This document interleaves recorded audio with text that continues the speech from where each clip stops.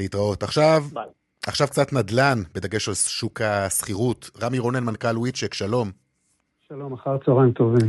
בדיקה שאתם עשיתם אחרי המלחמה מגלה שמחירי הסחירות ממשיכים לעלות, זינוק חד בדירות קטנות ובדירות עם ממד, שזה לא ממש מפתיע, אבל זו כמעט תמיד השפעה מיידית לפחות בטווח הזמן הקצר אחרי מלחמה. אנשים מחפשים את הביטחון, מחפשים ממד, נכון? כן, אני חושב שכמו שאמרת, זו תופעה ברורה, אנחנו מבינים לאיפה זה מגיע. אני חושב שהמלחמה הזאת היא הדגישה את זה עוד יותר, כי סך הכל אני חושב שכולנו הרגשנו קצת יותר מאוימים. אולי לדברים אחרים שקרו פה בעבר קצת התרגלנו, הפעם זה היה יותר מורכב. ואין ספק שבדירות קטנות זה פוגש אותנו יותר חזק מסיבה פשוטה, שרוב הדירות הקטנות להשכרה אין בהן ממד.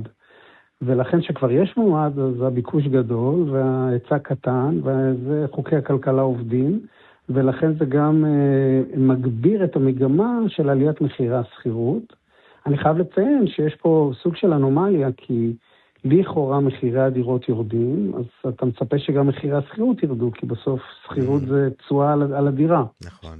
אבל הסחירות לא יורדת, והסיבה המרכזית שהסחירות לא יורדת, זה שההיצע של דירות להשכרה במדינת ישראל קטן בשנתיים האחרונות, ואת התוצאה של זה אנחנו מרגישים היום בכיס. כן, בפערים מאוד גדולים בין דירות קטנות, עם עלייה של 3%, לעומת דירות גדולות של 4-5 חדרים, שעלו בשיעור הרבה יותר מתון, של פחות מ1%. אז קודם כל צריך לזכור שבדירות גדולות, רוב הדירות היא עם ממד, ובעצם זה כבר משוקלל במחיר תקופה.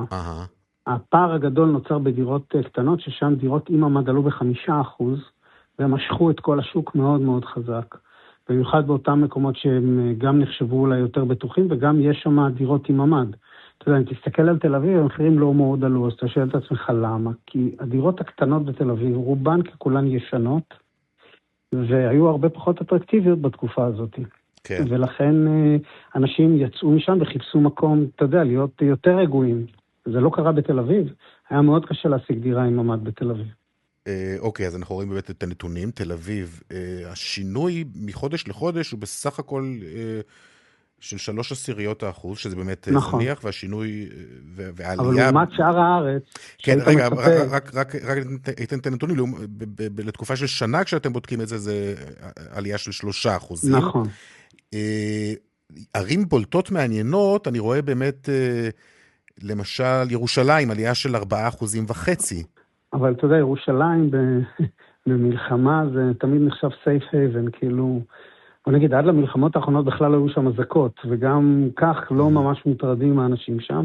תמיד בתקופה כזאת המחירים עולים, ואם נסתכל שנה אחורה, צריך לזכור, מדינת ישראל נמצאת כבר עוד מעט 3 שנים במלחמה, והמחירים בירושלים עלו ב10%.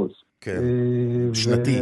אנחנו רואים גם רמת גן, עלייה של 3.5%. נכון, שזה דומה לתל אביב. ובהיבט שנתי 7.5%. זהו, אשקלון, רגע, בוא נראה. אשקלון, השינוי מהחודש שעבר, אנחנו מדברים על עלייה של 2.4%, ומשנה שעברה, השינוי הוא של 10%.